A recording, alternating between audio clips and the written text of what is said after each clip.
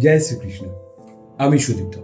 আজকে থাম্বনেল দেখে বুঝতেই পেরে গেছো যে আমার যে আজকের এপিসোড সেটা অভিমন্যুকে নিয়ে। আমাকে বলতেই হচ্ছে যে আমরা টিভিতে যারা কম বেশি মহাভারত দেখেছি, সেখানে যখন অভিমন্যুর মৃত্যু হয়, সেখানে অভিমন্যুর মৃত্যুটা আমাদের উপর একখানা ছোট্ট প্রভাব ফেলেছে।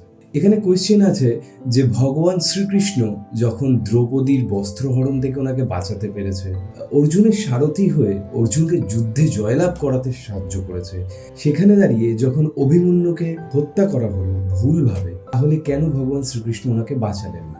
তাহলে এটা জানতে গেলে আমাদেরকে চলে যেতে হবে মহাভারতের যুদ্ধের 13 নম্বর দিন। ওখানে কৌরবকুল শ্রেষ্ঠ শিক্ষাগুরু দ্রোণাচার্য একটা প্ল্যান করে যে ওনার যে সৈন্যরা রয়েছে তার একটা টুকরো সৈন্যদলকে উনি দ্বারকার দিকে পাঠিয়ে দেয়। তাতে কি হবে? তাতে অর্জুন আর কৃষ্ণ ওই দিকে ওনাদেরকে ওই দিকে ডাইভার্ট করে দেবে।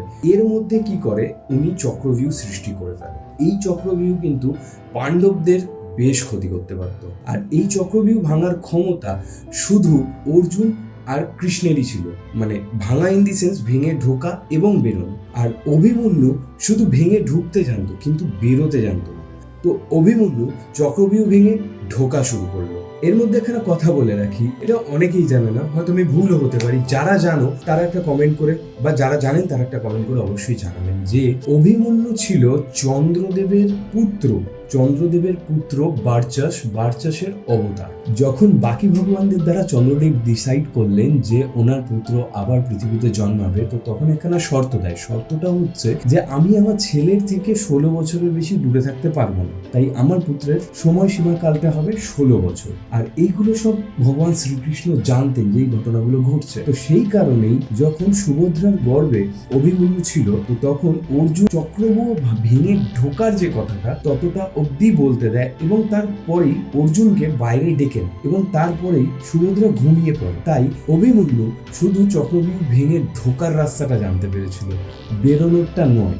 আর যখন মহাভারতের যুদ্ধ চলছিল তখন অভিমন্যুর বয়স হয়েছিল 16 বছর। তো এটা আরেকটা কারণ অভিমন্যুর মৃত্যু। আর তাছাড়াও পাণ্ডবরা পুরো শক্তি দিয়ে যুদ্ধ করছিল, তাই অভিমন্যুর মৃত্যুটা তাদেরকে যুদ্ধ করার আরেকটা কারণ দেয়। এই কারণে পাণ্ডবরা পুরো শক্তি দিয়ে কৌরবদের সাথে যুদ্ধ করেছে। এই ছিল অভিমন্যুর মৃত্যুর আরেকখানা গল্প। আজকের এপিসোড কেমন লাগলো কমেন্ট করে জানাতে ভুলো না।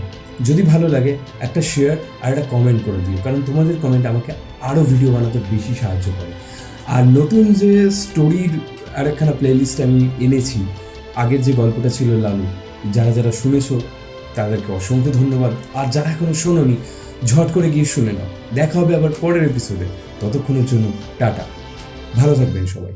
জয় শ্রীকৃষ্ণ।